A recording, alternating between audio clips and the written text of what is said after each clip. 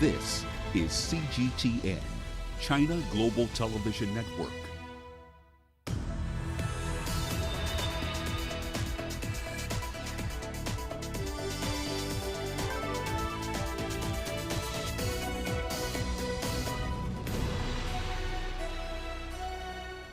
Hello there and welcome to Global Business Africa. We'll be giving you insight into Africa's business and financial markets. I'm Uche Okoronkwo, coming to you from Kenya's capital, Nairobi. Let's start with a look at the markets. Now, today, stock markets fell sharply. Two key developments hitting markets are, of course, the increased possibility of the U.S. Fed tapering sooner than expected. That's after the U.S. president nominated Chair Jerome Powell for another term.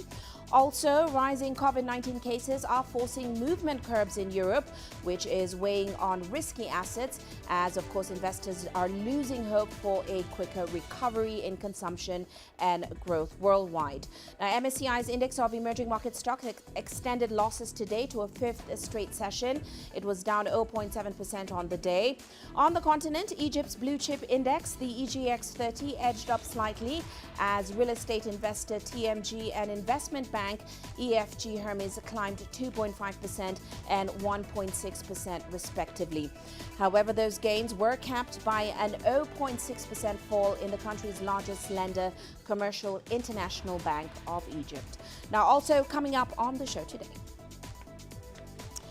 Nigeria's central bank keeps rates on hold for a seventh straight time. Kenya and South Africa form a task team to ease travel and visa-related challenges. And President Biden retains Jerome Powell, opting for continuity at the Federal Reserve.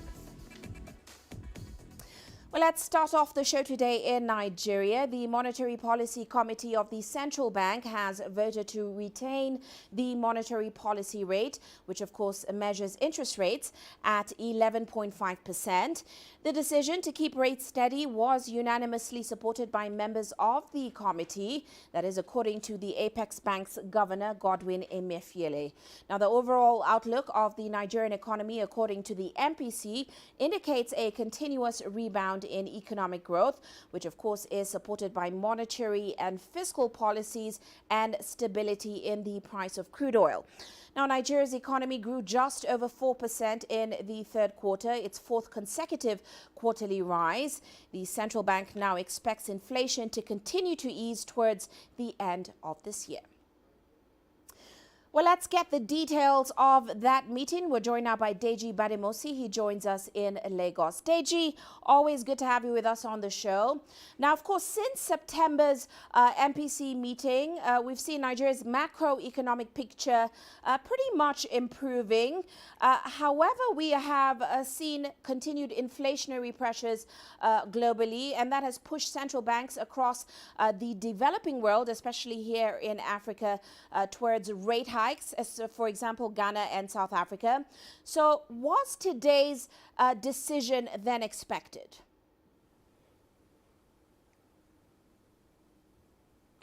Well, I would say it was expected. I mean, before now, everyone had expected that it was difficult to see how the central bank was not going to hold rate because inflationary pressure is still very much with the country. You know what the state of inflation is. Even though it is moderating, the truth is that inflation is still double digit and quite high.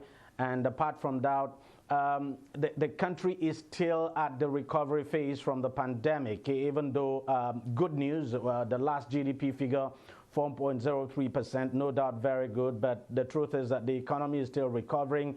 Output is not really there yet, and I think these are the reasons why the MPC decided to hold rate. The central bank governor said pretty much now about it, and so not a surprise at all that the MPC decided to hold rate. And don't forget, Uche, it's been doing this now since September. The last time it changed rate was in September last year. So even though the economic situation of the country has improved tremendously, the truth is that the country has not fully recovered yet, and that's the reason why the central bank, I mean the MPC says it took this action, and quite understandable, because a lot of people before now, a lot of analysts had predicted that this was going to happen, and that's exactly what the MPC did. Well, give us more a sense of the tone that came out from today's MPC meeting. As you mentioned, macroeconomic picture quite good. Q3 GDP estimates, they revealed a sustained economic expansion of about 4% year on year. Also, inflation for October moderating to 16%. So what sort of tone then did we hear coming out of this month's meeting? Was it hopeful? Was it cautious, especially given the global picture as well?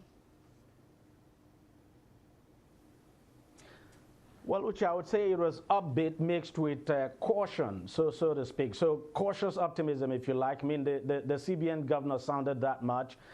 Quite upbeat, said he expects that the MPC expects that the growth will continue, and that at the end of the year, Nigeria would record, that's according to the MPC, around 3.1% GDP growth rate, and that in 2022, the expectation is that we might hit 4%, at least slightly over 4% GDP growth rate. So quite upbeat. But then he sounded a note of caution. I'm talking about the CBN governor now, saying that the MPC, according to the MPC now, that the MPC felt, look, well, that the country still needs to exercise caution, that the fiscal authorities still need to continue to help drive the economic recovery now. He did talk about the issue of vaccination, that, you know, vaccination, especially in this country, is still quite low, and that there's every need for more and more people to get vaccinated. He did talk about the fear of a possible fourth wave of the pandemic and all of that. And then, of course, there's that issue of inflation. So there's that caution that the CBN governor actually sounded. But generally, the expectation is that things would continue to look up going forward. So we just wait and see. But cautious optimism, Uche. Right. Well, let's talk about the FX position, because some traders noted that for about 3 weeks now, the CBN has been selling dollars at around 444 naira per dollar, which of course is less than the official rate. The official spot rate is about 450 naira. Now, some people feel that this could mean that the CBN is signaling that it will prefer a weaker currency going forward, and certainly they think we could see a fourth devaluation of the naira in the horizon. Was there any insight into that from today's MPC? Well, the MPC did not give any inkling at all that we're likely to see a fourth devaluation. Don't forget, at some point, I think the last MPC before this, the CBN governor made it clear that the approach the CBN is adopting over its forex policy is a managed float, so to speak. And so probably not surprising that the CBN is selling at 444.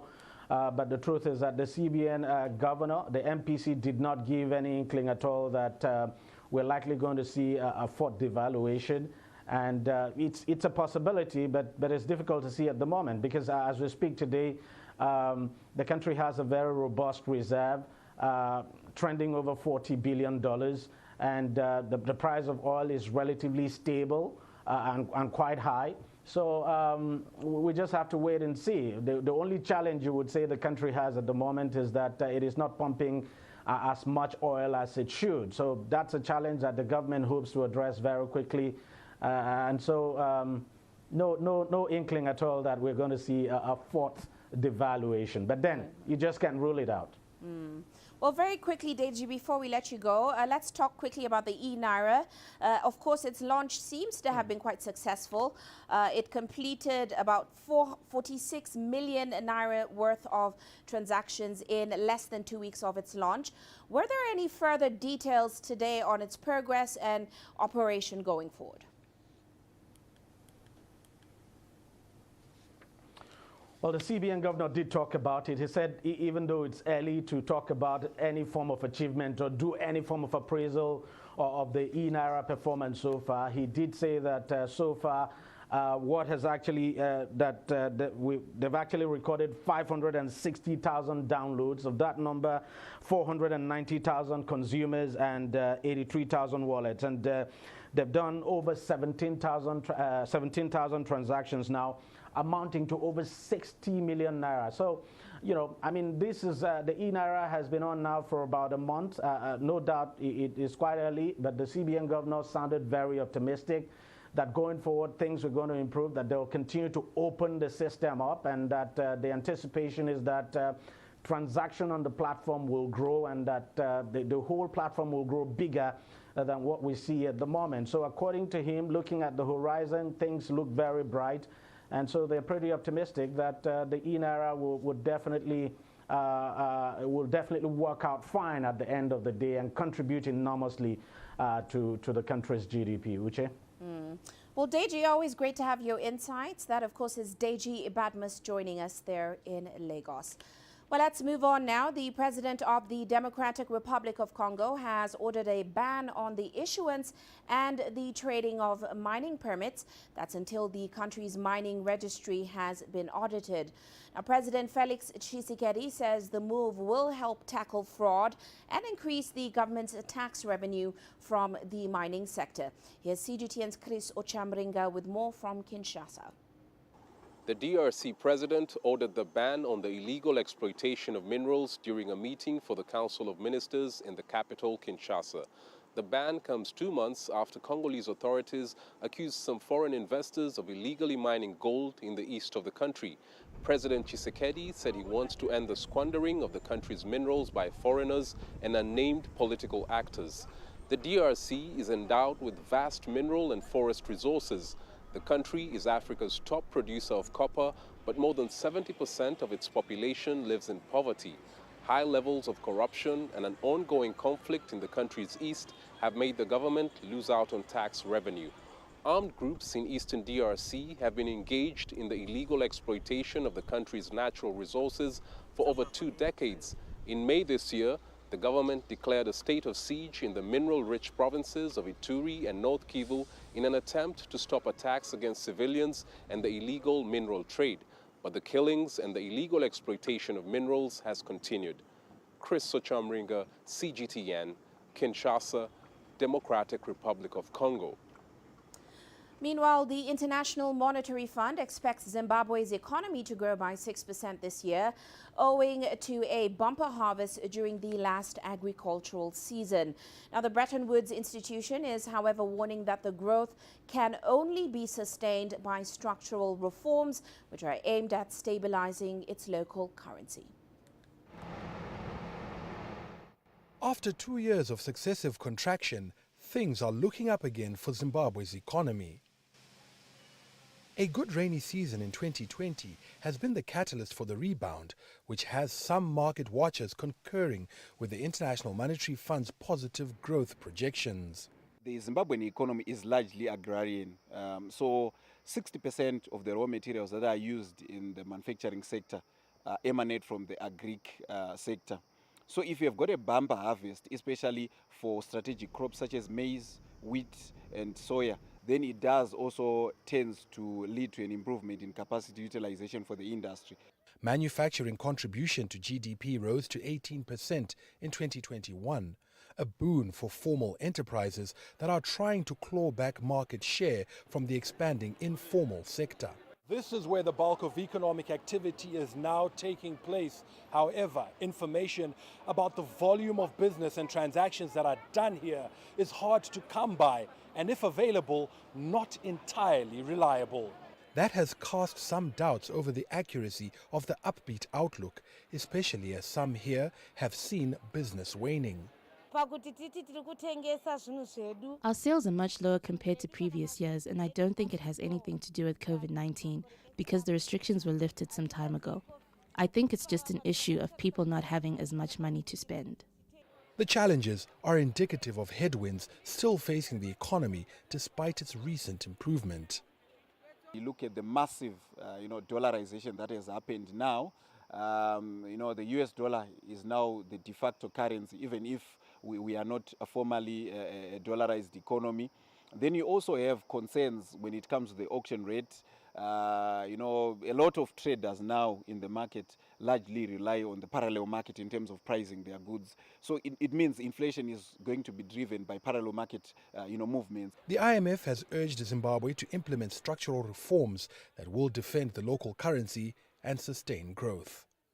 Farai Mwakutuya, CGTN, Harare, Zimbabwe.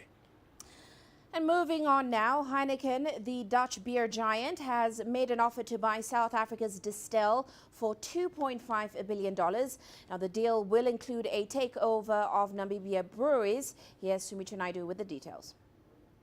Heineken and Distell refuse to comment as both companies are still in negotiations. The Dutch brewer first announced its intentions in May this year. On Monday this week, it made an offer for Distell at $11.50 per share. The deal is actually quite a lot bigger than was envisaged a few months ago when the first leaks started coming out. Originally, we thought Heineken was only interested in Distell's ready-to-drink stuff. It's interested in not only that, but also Namibian breweries, in which it already had a stake. You can imagine that Distell was always going to be a very lucrative asset for a big player like Heineken. And I think in light of the fact that, we've seen AB InBev partnering with SAB, and of course, even long before when SAB partnered with Milan, it was always going to be a conversation of when a deal of this nature was going to happen. Distell is Africa's leading wine and cider manufacturer with over 4,000 employees. Savannah is one of its most popular brands. It's not clear whether jobs will be affected, but if this deal does go ahead, it will mean a massive boost in foreign direct investment to South Africa. It also means that Heineken will become more serious competition for SAB Miller, which was bought over by Anheuser-Busch back in 2016. This is going to increase their market share significantly, I think, over time. They have demonstrated that they have got an eye for the rest of Africa. They've been in the rest of Africa for a long, long time, and they know it, and they're going to make it work. Whereas AB InBev, they're more into Brazil, the rest of South America, North America, this type of thing. And Heineken, I think, is far more committed to the rest of the continent. Heineken will increase its stake in Namibian breweries and acquire a further stake in Althaver and List, a Namibian food and beverages company, increasing its footprint in Africa. The deal is now awaiting shareholder and competition authority approval. Sumitra Naidu, CGTN, Johannesburg, South Africa.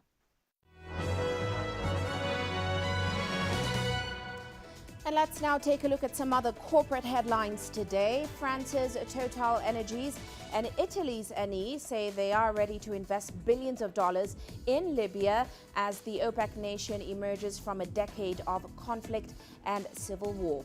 Now, the Paris-based firm will put $2 billion into Libya's Waha oil project, which will boost production by about 100,000 barrels a day. It will also work to raise output at the Mabrouk field and help build 500 megawatts of solar power to feed the local grid.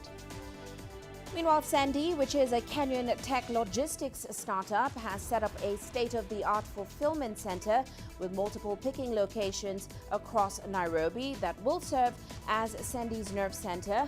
Now, the center is aimed at retailers that do not have storage or delivery systems, and it will pick, pack, and ship orders to customers for a fee of 13% of the product's selling price. The price also includes 3 shipping attempts, 60 days of storage, and inventory tracking. And Samsung Electronics has decided to build an advanced U.S. chip plant in Texas, which is a win for the Biden administration as it prioritizes supply chain security and greater semiconductor capacity on American soil. Now, South Korea's largest company has picked the city of Taylor, which is about 50 kilometers from its existing huge manufacturing hub in Austin. Samsung is hoping to win more American clients and narrow the gap with Taiwan semiconductor manufacturing. And Uber is making its first foray into the marijuana market, as Uber Eats users in Canada will soon be able to order cannabis products on the app. Now, customers will be able to place orders in a dedicated section of the app for cannabis retailer Tokyo Smoke and then pick them up at a nearby store. It is still unclear whether it will roll out the offering further across Canada and the US. Of course, Canada's marijuana market is worth about $4 billion a year.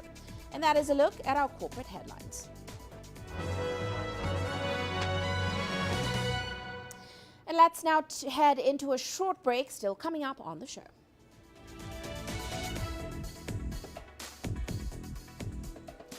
Kenya and South Africa form a task team to ease travel and visa-related challenges. And at least 30% of SMEs forced to close shop in Tunisia following COVID pandemic restrictions. The world economy as we know it is about to change. Global business reports highlight emerging markets, developing countries, and dynamic sectors worldwide.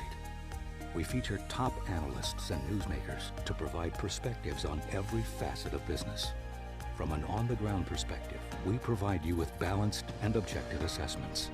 Fast, sharp, and insightful. Global business, only on CGTN.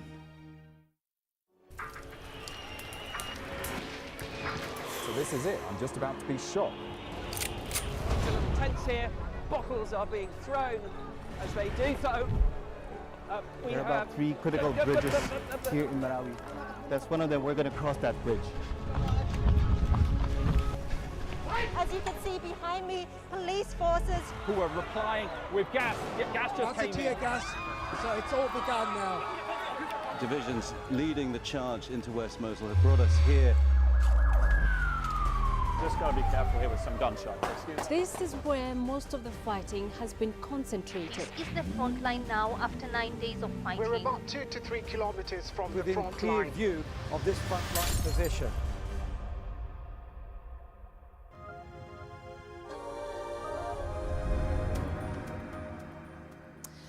Welcome back. Now, South African President Cyril Ramaphosa and his Kenyan counterpart, President Uhuru Kenyatta, have announced a joint task team that has been set up to ease travel and address any visa-related challenges between the two nations. This emerged during Kenyatta's state visit to South Africa at the invitation of Ramaphosa. The 3-day visit will continue until Wednesday. Here's CGTN's Yulisa Njamela with an update. South Africa and Kenya share long-standing, mutually beneficial relations that predate Kenya's historic support for the struggle against apartheid and colonialism here in South Africa. On this particular visit, the two leaders were accompanied by senior cabinet ministers from both countries. The visit is geared towards deepening the existing mutually beneficial ties between Kenya and South Africa. President Kenyatta and I have reaffirmed the strategic importance of bilateral relations between our two countries and reiterated our desire to elevate the nature of our relationship, which would include the conclusion of a strategic partnership agreement.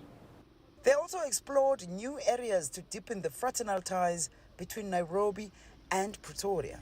We have witnessed today the signing of 8 agreements covering a wide range of issues, including health cooperation, diplomatic consultations, training and cooperation in fields of tourism and air services, all very key to both our countries.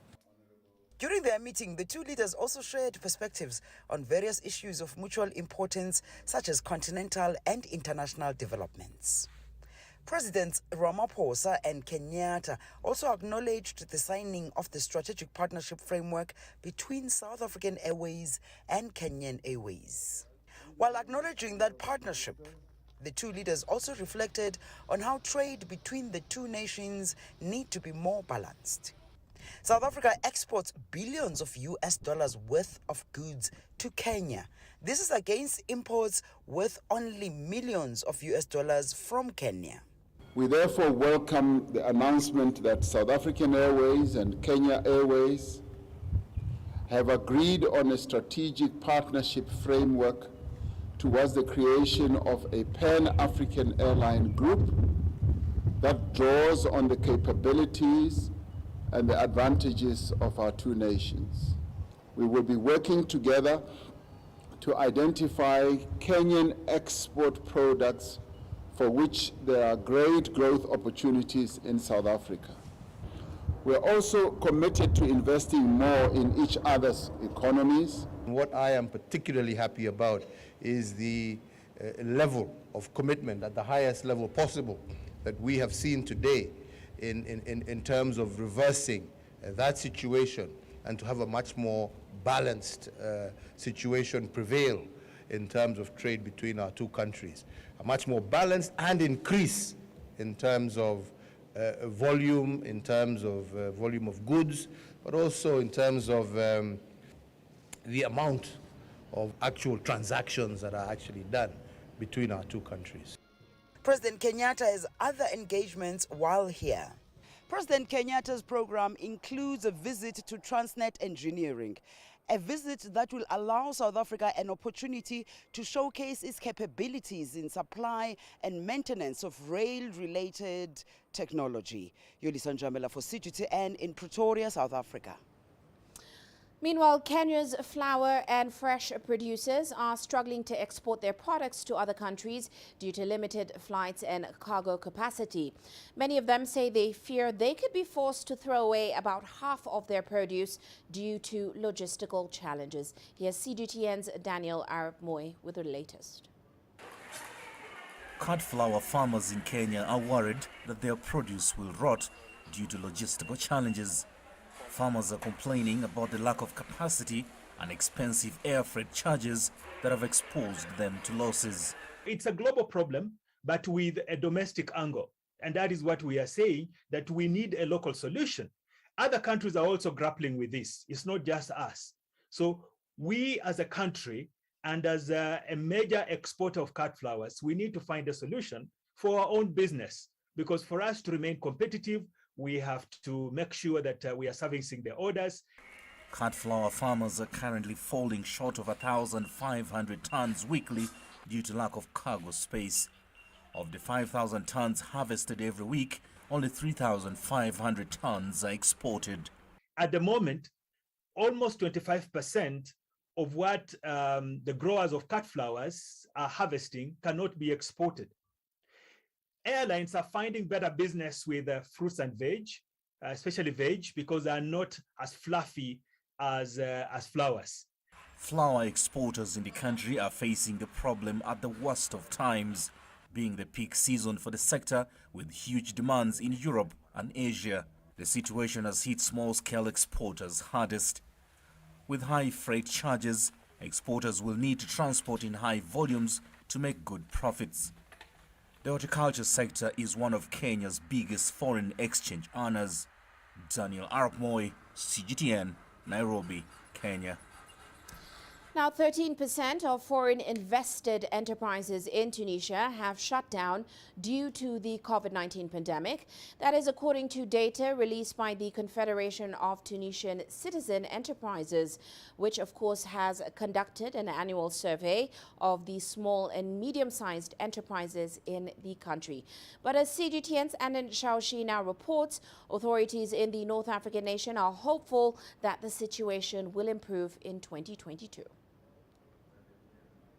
The Confederation of Tunisian Citizen Enterprises, CONNECT, announced that this national survey, which targeted a sample of 527 SMEs during the period from September 21st to November 5th, 2021, shows that 84% of SMEs suffered from the pandemic-induced health crisis. The situation is catastrophic for SMEs because the majority have either disappeared or are in difficulty. Even exporting companies are suffering. 97% of SMEs say COVID is a direct threat to the business environment. Only 3% made a profit. Their activity is mainly in pharmaceuticals, the food industry, and COVID laboratory testing, or ICT. The Director General of SMEs at the Industry Department explained that Tunisia's economic and industrial fabric was hit hard by the health crisis. Nevertheless, more than half of private sector companies are willing to invest and develop their businesses after the pandemic recedes. Tunisian authorities took several physical and financial measures to help SMEs after the outbreak of the pandemic. Despite the current difficulties, there is one positive indicator. More than 50% of SMEs in Tunisia plan to invest and to boost the economy. The fifth SMEs Health Barometer survey was conducted in partnership with the United Nations Development Programme, UNDP, in Tunisia. It's important for the UNDP to reinforce the resilience of SMEs in Tunisia and to support them not only to adopt, but also to become more resilient to the crisis. They're facing pandemics like COVID-19, natural catastrophes and climate change will also have disastrous effects on SMEs. Experts assert that 35% of Tunisian enterprises, which employ between 50 and 199 workers, are facing financial problems and are undercapitalized. The SMEs Health Barometer also showed that 50% of these SMEs lost strategic clients in 2020. The recent data on SMEs provided by the private sector and the government shows that Tunisian companies lost an average of 0.7 jobs in 2020 because of the pandemic. The trade sector is considered as the most impacted sector by the loss of jobs. Adnan Shawishi, CGTN, Tunis. Meanwhile, Uganda's government has set up a fund that will help support small businesses recover from the adverse effects of COVID-19. Now, the Small Businesses Recovery Fund is worth about $60 million and will provide affordable financial loans to businesses that have experienced hardships due to measures taken to control the spread of COVID-19. Well, CGTN's Michael Baleke has the details from Kampala. Uganda is getting back on its feet, but the government believes it's not fast enough. And the Small Businesses Recovery Fund is meant to fast-track growth, reduce the cost of capital and high interest rates. The fund will be used primarily to provide financial loans to small businesses that have suffered financial distress arising from the effects of the disease and which have got a potential for recovery. All small businesses operated by individuals, groups, or partnerships, and companies employing 5 to 49 people and with an annual turnover of shillings 10 million, between 10 million and 100 million are eligible under this fund. Uganda locked down its economy at the onset of the COVID-19 pandemic. The intention by the government was to stop the spread of coronavirus. But almost 2 years down the road, some businesses have shut down and many others are in financial distress. This fund, if well administered, will be a shot in the arm to the economy. Remember that SMEs are central to the growth of this economy, and SMEs have been battered.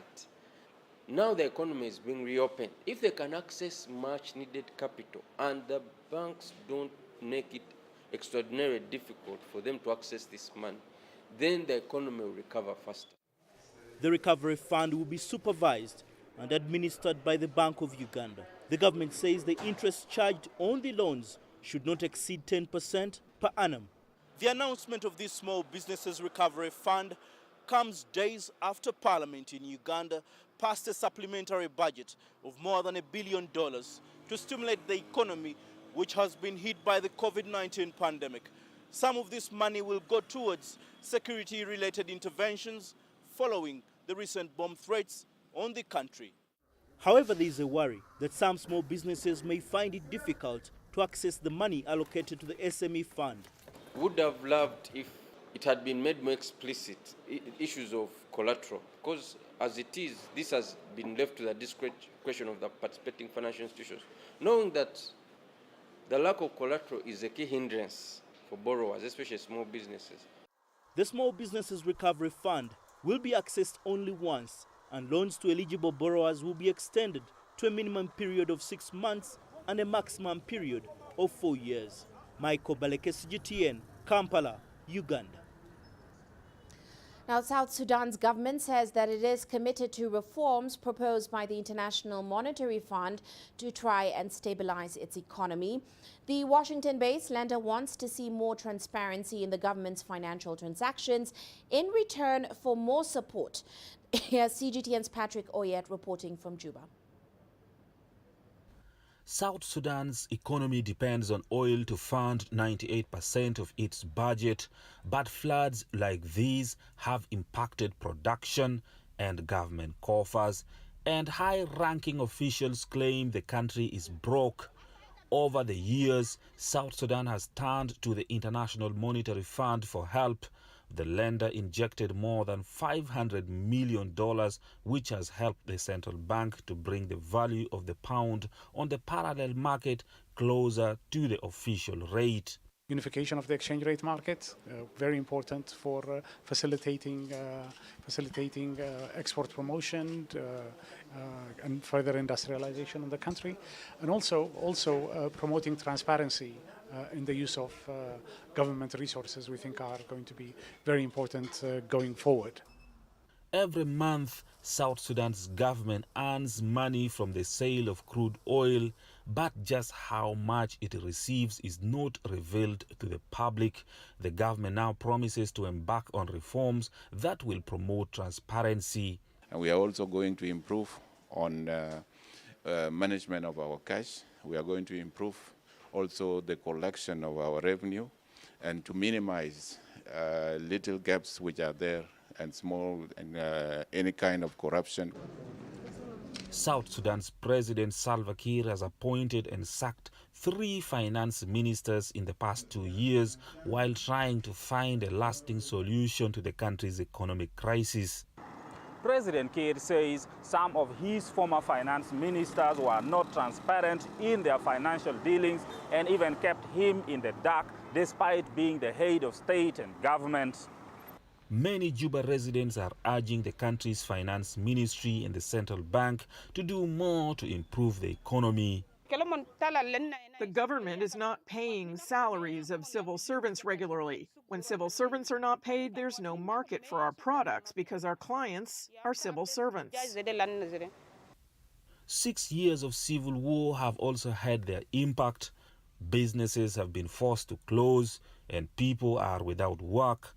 The pandemic has worsened an already dire economic situation, and the majority of the people cannot now afford basic goods. Patrick Oyet, CGTN, Juba, South Sudan. You're watching Global Business Africa. Let's take a short break now, but still coming up on the show.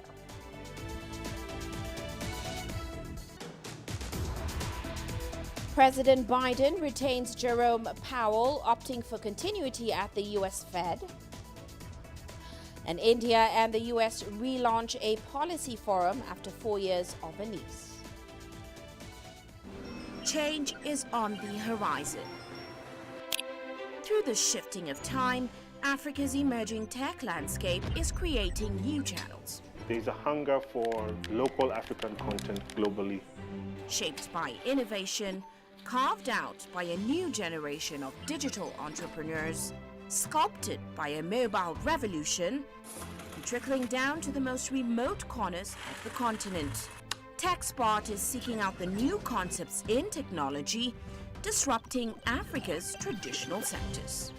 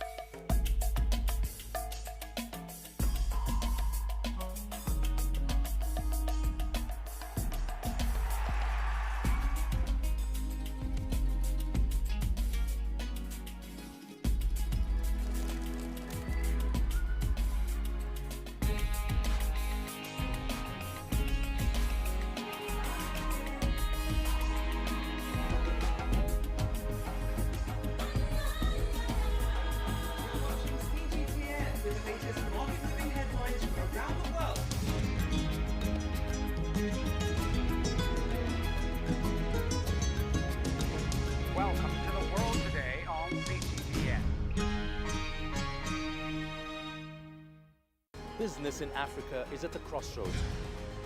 We celebrate those who are adopting and thriving despite the challenges, from grassroots to big businesses.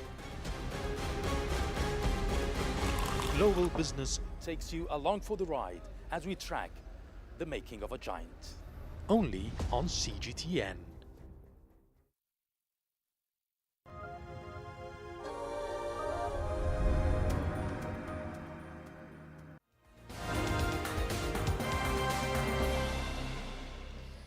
Well, let's recap other headlines this hour. Ethiopian Prime Minister Abiy Ahmed says he'll lead frontline combat against rebel forces.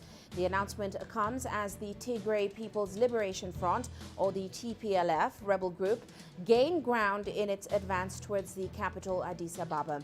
Now, conflict between forces aligned with the TPLF and the Ethiopian National Defense Forces erupted over a year ago in the country's northernmost Tigray region. And a UNICEF report is raising the alarm over the recruitment of child soldiers in West and Central Africa. The report noted an increase in the number of children recruited by government forces and armed groups in these regions. It also raised concerns over the number of children falling victim to sexual violence. Meanwhile, South African President Cyril Ramaphosa and his Kenyan counterpart, President Uhuru Kenyatta, have announced a joint task team that has been set up to ease travel and address any visa-related challenges between the two nations. This emerged during Kenyatta's state visit to South Africa at the invitation of Ramaphosa. And finally, in Bulgaria, 46 people, including 12 children, have died in a tour bus crash. The passengers were mostly from North Macedonia, returning from Turkey. Bulgaria's interim Prime Minister, Stefan Yanev, has inspected the crash site, which has since been sealed off. Authorities there say the cause of the crash is still unclear, and expert teams are working on identifying the victims. That's a recap of other headlines this hour.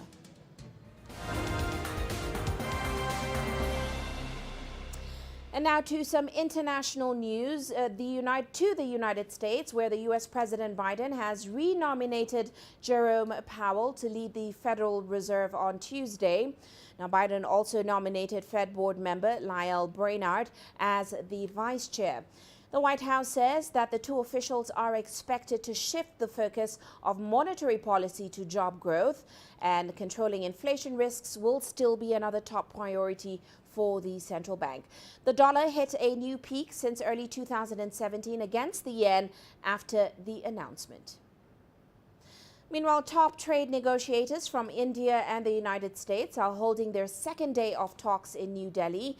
U.S. Trade Chief Catherine Tai is on her first visit to the country since she took office in March. She's met with top officials, including Indian Commerce Minister Piyush Goyal. Now, both sides are looking to settle differences on a whole range of issues, including e-commerce and tariffs. And Tai says, despite the issues, there is still huge potential for growth between the two economies. I'm looking forward to starting a robust conversation about your ambitions for the U.S.-India trade relationship. On our side, we are committed to ensuring the trade partnership is both robust and sustainable. Well, let's now get more on those talks. Here's our correspondent Ravinder Bawa in Delhi. Yeah, so the two countries have agreed to resolve issues related to market access and digital trade to start with. And these are encouraging signs, clearly showing that the two nations have the intent to strengthen their bilateral ties. If we look at various other issues, one of the most important, that is the Trade Policy Forum, which was, not working for the last 4 years, has been revived. And the U.S. representative clearly in her statement said that revival of this forum will enable the two countries to explore the potential of their bilateral ties to the fullest, because so far that potential has not been explored fully. So that forum really revives that Apart from that, there are certain critical issues on which the heads are still banging, and I would like to quote here from one of the press releases that custom tariff on electronic transmissions, safe harbors for internet intermediaries and data localization. So these are some issues on which the negotiators are still working. At the same time, in the 12th interministerial level meeting which was held, it was held with a goal to actually draw and develop an ambitious shared future vision so that the two countries can deepen their bilateral ties in various areas, whether it is digital trade, health and all other issues. Another very important announcement which is expected later today is that India might join the club of United States, Japan and other major economies in releasing 5 million barrels of crude oil from its stockpile in order to bring down the crude oil prices. So these are some important announcements which are expected later today, but surely at the moment it is being looked at a positive visit where the two countries are thrashing out issues and trying to ease restrictions so that the bilateral trade between the two nations picks up. Well, let's shift focus now. A growing number of scientists are warning that climate change is not just impacting the environment, it's also having a profound effect on public health. And the costs are already quite enormous. Here's Greg Navarro explaining. Scientists say to appreciate the impact that climate change is having on public health in Australia, take a look at the deadly 2019-2020 Black Summer bushfires. Smoke from those fires blanketed Sydney, and on several days, the city's air quality was the worst in the world. It was a very prolonged episode, something we'd never seen before in our memories, and it did cause significant problems for people. Many hospitals saw a spike in emergency department visits. Researchers estimate the fires caused nearly $2 billion Australian dollars in smoke-related healthcare costs. We often think about climate change as a future problem, a somewhat abstract problem for the environment. But climate change is already having significant health impacts. Here in Australia, heat waves kill more people than all other natural disasters combined. Doctors say rising temperatures are driving up hospital visits for heat-related illnesses and reducing productivity for people who work outdoors for a living. Warming temperatures are also impacting the spread of certain diseases. In Australia, we're concerned about vector-borne diseases. For example, Ross River virus, dengue fever. And so part of this is about the changing distribution and abundance of the mosquito vectors that transmit these diseses. Doctors say one aspect of climate change that remains overlooked is the impact to mental health. So we know that as temperatures rise for an area, so that it is unusually hot for that place, there's an increase in rates of serious self-harm, so suicide attempts, and tragically there's actually also an increase in people dying from suicide. Weather-related events also contribute to mental health distress, from droughts to floods and cyclones. Often people don't necessarily present at the time of the disaster. It's often months, and in fact it can even be years afterwards that these impacts are being seen for whole communities as well as for individuals. Despite decades of growing evidence, researchers say many countries, including Australia, have yet to adopt climate health strategies. If you look at cigarette tobacco smoke, for example, it was several decades from when we first identified the problem until government started to act. With climate change, health experts say countries cannot afford to wait any longer. Greg Navarro, CGTN, Sydney. Now, Africa is positioning itself to be the next hub for the multi-million-dollar automotive industry. Governments, business leaders and automotive manufacturers came together this week at Intra-African Trade Fair to map out a route for the sector. Now, as more global automakers shift their sights to the continent, the focus is now on building other regions, including Ghana, Kenya and Nigeria. Here's CGTN's Julie Shire reporting. Africa is a relatively minor player in the global automotive arena. It also has a fairly small appetite for new vehicles. The total vehicle sales in Africa is roughly 1.2% of global production or global sales, whereas we have 17% of the population. One of the objectives of the free trade agreement is to be able to capitalize on where we see Africa going as an automotive market. Today we have an ownership of 42 vehicles per thousand, which is definitely the lowest in the world, and the world average is actually 182 per thousand. There is a push to grow manufacturing beyond the main producers, South Africa, Egypt and Morocco, who make close to 1 million vehicles a year. The auto industry, working together with government, have developed what they call the Auto Pack, which is bringing together Morocco, Egypt, Ghana, Nigeria, Kenya and South Africa, because these are currently the big manufacturing and assembly hubs in the continent, to begin to talk, not just at government-to-government level, but also at business-to-business level. Africa is planning to scale up production to 5 million vehicles in the next 20 years, but there are many pressing issues which were discussed at the Intra-African Trade Fair in Durban. The continuous supply infrastructure, of which electricity, water and logistics is a key element, is also going to be one of the key criteria to be able to reach that objective of manufacturing considerably more vehicles in the future than we are today. So if we were to get to a point of 3 or 4 million vehicles manufactured in Africa, there's no doubt about it that without a strong infrastructure, it's not going to work. Vehicle manufacturing in Africa took a huge hit during the COVID-19 pandemic. It has, however, picked up as supply chains bounce back. The industry could hold significant value for the continent with the ability to create jobs, increase skills and uplift many African countries. Julie Shara, CGTN, Cape Town, South Africa. And on that note, let's take a look at commodity markets today. Oil prices rising towards $81 a barrel. That's after a move by the United States and other consumer nations to try to cool the market by releasing tens of millions of barrels of oil from reserves. That, of course, fell short of expectations. And now traders expect this to be short-lived. They're forecasting a strong global recovery in demand.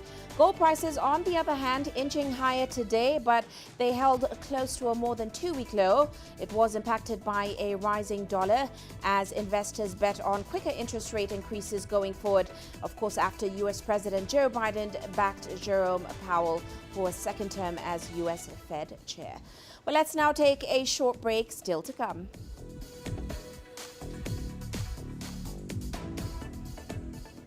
Côte d'Ivoire's waterways present a new opportunity for commuter businesses.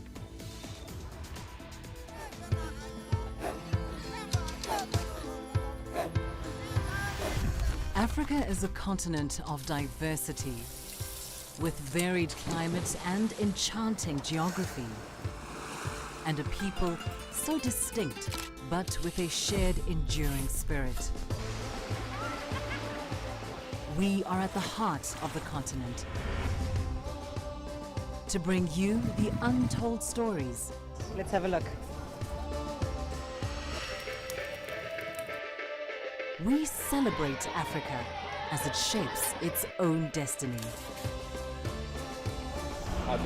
Tunis, Cairo, Juba, Johannesburg, Ethiopia, Tanzania. Africa Live. Find your voice. Images may appear to be identical, but looks can be deceiving. The difference is not always obvious. It has to be discovered. There are always different sides to a story. We put the focus on the details.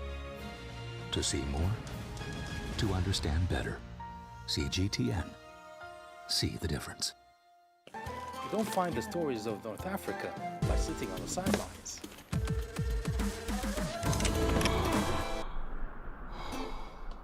No one else will take you where we can in North Africa. And no one else will show you what it's all about. CGTN, see the difference.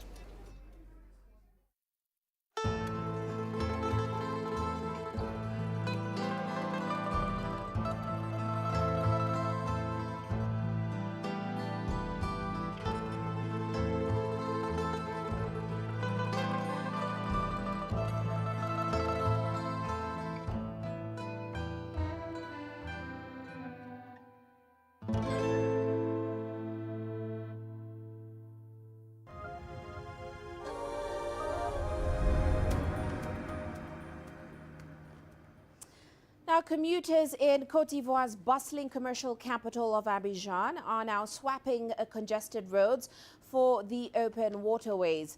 Growing boat fleets are offering commuters faster and cheaper trips across the lagoon as they look to escape worsening traffic jams in the city. With that report, here's CGTN's Najma Abdirrazak on Grassroots Tonight. Traffic, polluted air, unreliable public transport. Major problems for commuters in Côte d'Ivoire's commercial capital, Abidjan. It's estimated that commuters in the city of 5 million spend about 3 hours a day in transit, and often it's on these congested, poorly kept roads. Old public transport vehicles are particularly a problem, but with almost every neighborhood in Abidjan on the water, commuters like Christelle Ahoui now have an alternative to escape the worsening road traffic. Before, it was a disaster. I had to get up early at 5 a.m. and sometimes even 4 a.m. so I could beat traffic. But now I wake up at 6 a.m. and I can access Trichville easily because there's a boat. The Ivorian government liberalized transport on the lagoon in 2016 to attract more private boat operators. It's also planning to build a modern water station in each city district. About 100,000 people per day now travel by water in Abidjan, nearly half in traditional boats. The state wants to see that number jump to 300,000 travelers per day in the next 5 years. There is real movement underway on the lagoon, and the state is working to have boats that are safer for the population, so they can feel secure when they are on the lagoon. But we are also working to modernize the equipment and the docking stations. We want to make them more attractive, allowing all users to come, for example, with their vehicles, if they have one, leave it at the station and head to their destination. One company that's looking to take advantage of this potential market is Aqualines and its South African partner Nateq. Together, they have brought in bus boats that can carry more than 200 seated passengers. People need to be reassured. We are in Africa, and when it comes to water, people are reluctant. But if we guarantee them safety and comfort, they will come. So today, in terms of regular frequency, our fleet needs to increase very quickly. Aqualines plans to increase its fleet to serve 100,000 passengers per day in the next 2 to 5 years, compared to around 12,000 passengers currently. But for the meantime, more and more commuters in Abidjan are expected to swap congested roads for the open waterways, a move that is expected to not only reduce traffic congestion, but also improve the health of many overall. Najma Abdirrazak, CGTN. And before we leave you today, a quick look at Africa's currencies. South Africa's rand hitting a new 12-month low, as of course we saw the dollar jump today on the back of increased bets on quicker interest rate hikes going forward. Of course, U.S. President Biden's move to back Powell for a second term is impacting emerging market currencies. Higher rates in developed nations often drain capital away from higher yielding but riskier emerging markets such as South Africa, and that of course weighs on their currencies. Well, that's it for this edition of Global Business Africa. Remember, you can send your feedback to the contacts on your screen. You can also follow us on our various digital media platforms. From me, Uche Okoronkwo, and the rest of the team, thanks for watching.